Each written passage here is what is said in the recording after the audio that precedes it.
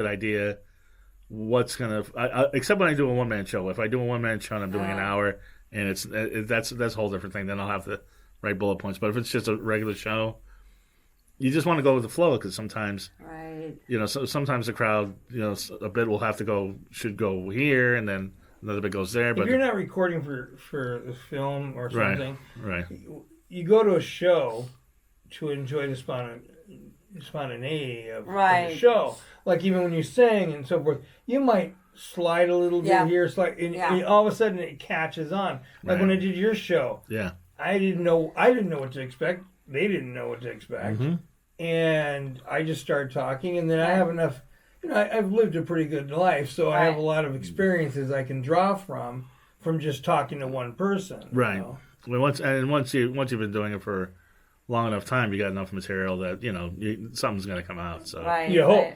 Yeah. What's the difference between comedy and say '81 and comedy now? Well, now because there was a boom then, and there's a boom now. There's a boom. Yeah, there's a boom now, and I would say that the biggest thing is rewording things so people will listen and not shut down because of the political correctness that's going on. So you really think that it's because I think it affects it, but I also think that a comic's responsibility is to find how to say what they want to say. I agree with you. A lot of go, well, it's too PC and I can't. Yeah and no. Exactly. Because, look, I love the greats. I got to see a lot of them live many, many times. Right. But those same people were the stepping stones to the comics of today. Right. And if the comics of today want to do what they did, it wouldn't work. Right. It wouldn't work for them today. Right. Now, when you're talking about the greats, who are you talking about? Richard Pryor. Right. I loved Richard Pryor. I would watch him at the Comedy Store. He would sit in the way back when I was doing the door. And he eventually would go up. Paul Mooney. Oh, yeah. Oh, my gosh. Oh, yeah. And then Sam. Sam Kinison, But even more so than Sam was, why is it just losing my face? Bill Hicks? Well, Bill Hicks was okay with that. I liked him, but it's still too involved with his own head. See, that's why I always thought. It's funny because I don't, I know this is heresy for a lot of comedy fans, but I don't find Bill Hicks funny. If you say something like, well, Hicks was all right, but boom, everybody and their mother's going to come after you. No, will come after me, and I've said this before on other podcasts. I think his material is great. I think it's very well written, very interesting, very, very. I love it. His delivery, though, like you say, I think he's a little in his head. Even when Dennis Leary would rip his stuff off, I thought Dennis Leary did it funnier. It's if you're inspired by somebody to go move on and you're not stealing every single word. Right. If you say something and then I tag along with it, like we're having a conversation, that's what comedy is. Yeah. If you rip off word for word somebody, then I'm sorry, you're stealing. Yeah, no, I give you that. But I mean... Lenny Bruce, the same thing. Yeah. But so... Well, Lenny Bruce was fine, and then all of a sudden he got so involved with his court hearings and everything else that after a while you're going, Yeah. What cracks me up is when Jerry Seinfeld, of all people, is like, geez, comedy's getting too PC. Like, you are the lead. He is the reason. Yes. Well, I'm saying, when you started, they wanted to shoehorn you and make you into a Lenore, Seinfeld, or a clean comic, right? Yeah. Even more politically correct than what passed for politically correct now, correct? Yes. So what's the difference? I could never do that. Yeah. I mean, because there's things happen in each one of our lives that isn't politically correct. Right. Talk to the person that isn't a comic, that gets treated badly one way or the other. A woman that gets, life is not politically correct. Yeah, I mean, we'd like it to be, right? But it's not. It's not. But I just love it. It's like, I can't play colleges. Now my one sock in the laundry bin is too edgy for the kids. Well, because the tide is against the Chinese building. Yeah. Well, but it's an interesting, weird political correctness because you can't say, for instance, you couldn't say Oriental on stage, but you can do a rape joke. Yeah. So that rape is okay. Unless it was an Oriental. Yeah, you can't rape an Oriental. No. I guess Lisa Lampanelli's out of Well, business. she got her own match though. You know what? It's funny she was because certain pretty comics will go over that, and they're just accept. That's just him. Right. You know, I mean, and that's the Kathy other Griffith's got. Oh. Yeah, but I mean that wasn't funny. That was, I mean, it was. And I'm not a Trump fan, but I thought it was. I don't think it was funny either. But I think you should be. She shouldn't have got the backlash that she got. Yeah, I agree. Well, see, this is where I disagree with you. Okay. Because and let me tell you something. I'm not a Trump fan. Yeah. At all. But and to me, and this she even said this and admitted it. It's not necessarily Trump. Trump's a public figure. You should do whatever you want. The people that actually got their heads beheaded from ISIS are watching that. Their families. I can see that. Yeah, so I mean, there's more involved than, I don't like Trump. And there's more clever and funny ways. Well, I don't doubt that could have been. Yeah, I didn't think it was funny. Yeah, I was like, no, come on. It's just, and the thing is, even though it's Trump and he's an asshole, whatever, I think you have to have a little modicum of respect for the presidential office. If somebody did that to Obama, they get crucified. Yeah, they exactly. get crucified, and I think they should. Here's the way I look at it. I'm not a Trump fan. Yeah. But if he can't respect the office, I surely can. Okay. And I really would want him to succeed. Right. Instead of what's going on. But I agree. I don't think that's going to happen. So. And the thing is, And now the best thing we can do is just go, hey, you know what? Wait until the re-election. Do it then.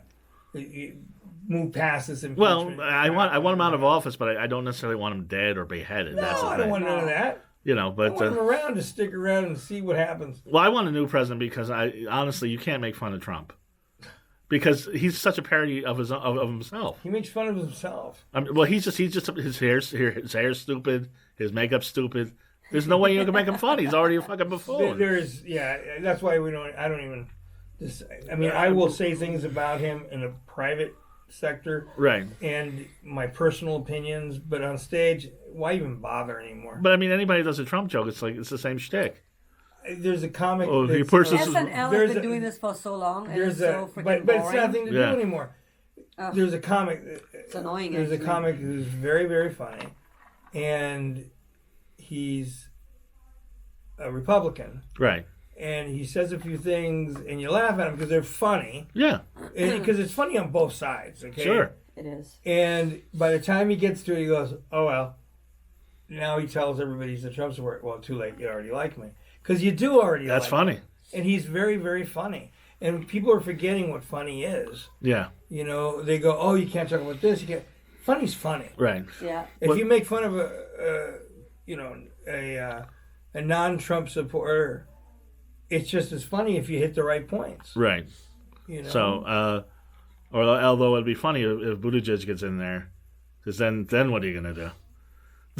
Then all of a sudden, Chase, now or Kamala Harris. Kamala Harris, she's so mixed that who knows. But anyway, I don't know. I'm really hoping there's a day when you say, hey, that's a good person, and you don't lead it off with a black person, yellow person, whatever. No, I'm just saying as far as comedy-wise. Well, as far as comedy-wise, there's so many other things to talk about. Right. And I really want to talk about that. But that are caused by whatever this president or administration or the past administration did. And that's affecting us. Right. The president being up there right now is not affecting us directly at this moment. Mm-hmm.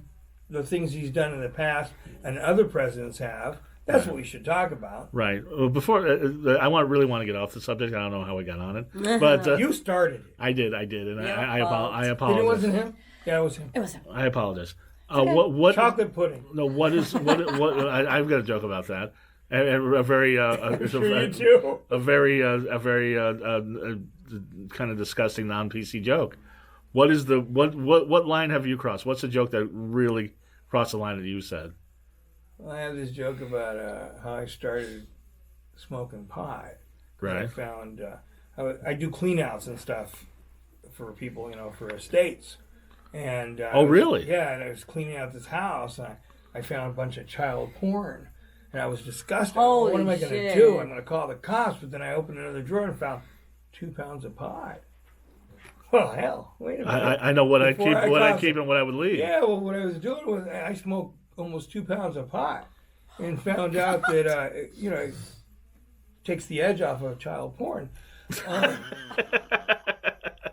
Holy shit! Now that's funny. Thank you.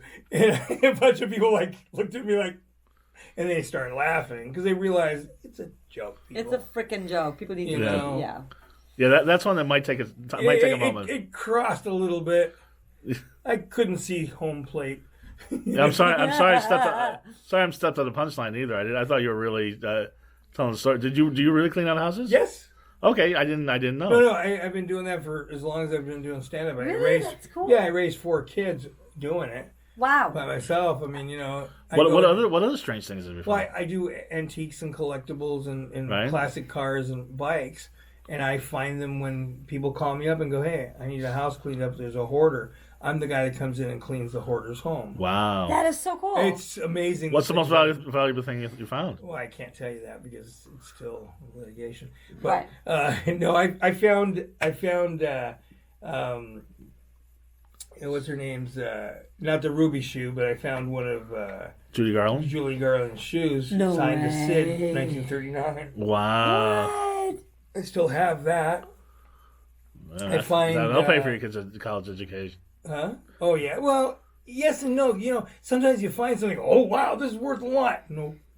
Well, give me an example of that. Some of the old. I have old photographs from Ross Field, which is the old balloon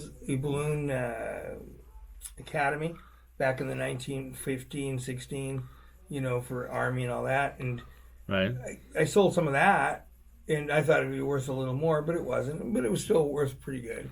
Okay. And then I find I love old photographs. Right.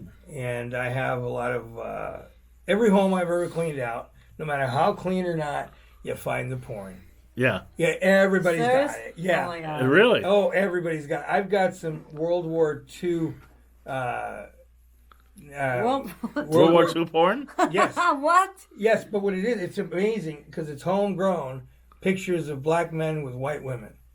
And the stuff, people are always trying to buy that up from me. Not that I have it in my car. Really? But, yeah. Interracial 1940s porn. And that's very sought after. There's people that are into that. Wow. And then I didn't know interracial 1940s porn was a thing. Apparently it is. Wow. But there's all sorts of little things like that I get, I did an estate recently. The guy was an astrologist. Right. And he built the first this one special telescope in high school. Okay. And it carried him the rest of his life. And he was an engineer and everything else. And he had some wonderful books. And he had a lot of weapons. I'm not into weapons, but okay. Intriguing things. Yeah. And I find a lot of that stuff. Well, now you tell me if you find any knives, let me know. Oh, you like knives? My father deals knives. Oh yeah. I find knives all the time. And speaking of 1940s, and you ever dated interracially? What? No. No. Just curious. Anyway. Not really. Well, yeah. Not dated. Involved. Okay, there you go. Anyway, I'm just trying to segue, but you. But I want to know, how did you get into that? That is such an interesting... how do you get into that industry? How did you start? Yeah, I want to know simple. that. One day, I was 17 years old and I had an old Chevy pickup, and the lady goes, "Hey, I'll give you $100 to take it to this dump." There was a bunch of trash and so forth, so I took it to the dump, and right next to me, there was somebody throwing out suitcases. And I looked over, they left, I looked over, and there was all this letter. I took more out of the dump that day than I dropped off. Right. And it was this lady who was a slave at one time in Sacramento, in Fremont. And her husband was a chef at the Waldorf. All this history and all these letters, and I'm like, I still have some of it. And I'm getting goosebumps. I remember reading it and going, oh, this is so cool. So the next time I had a chance to clean out a garage, I go, I'll do it. And I started working for real estate and lawyers. And wow. now it's a business. There's junk guys, and then there's me. Okay. I throw out the trash, but I sort everything through. By the time I'm done, I know more about that family than the family knows about them. Wow. Nice. I think that's a cool. It's you know why it's afforded me to live the life I live, because I don't work well with others at stores and stuff. You're a comedian. Yeah, I don't work well with others. You want me to do what? No. That is so cool. See, now you're kind of doing that now. Now you're independent. Well, you had all those daughters, but now you got your music you're doing, you're composing. Also, Motivation Mondays. Motivation Mondays. Is that still a thing? That's still a thing. I tried to, I skipped a few on YouTube where I just like inspire people, like I like doing that. You know what? It's actually for myself too, where I'm like, it's Monday, that's... Well, you were telling me in private, like sometimes it's hard to get motivated. It is hard. Motivation Monday. It is hard to get motivated for Motivation Monday. She has a motivation YouTube channel. She motivates people. That's why I had one that said "fuck motivation." Really, fuck motivation. Yeah. How did that? Well, it's hard to do that because you want to be sometimes a good you person. and sometimes you just have to be like, you know what, I'm not motivated today, and it's okay.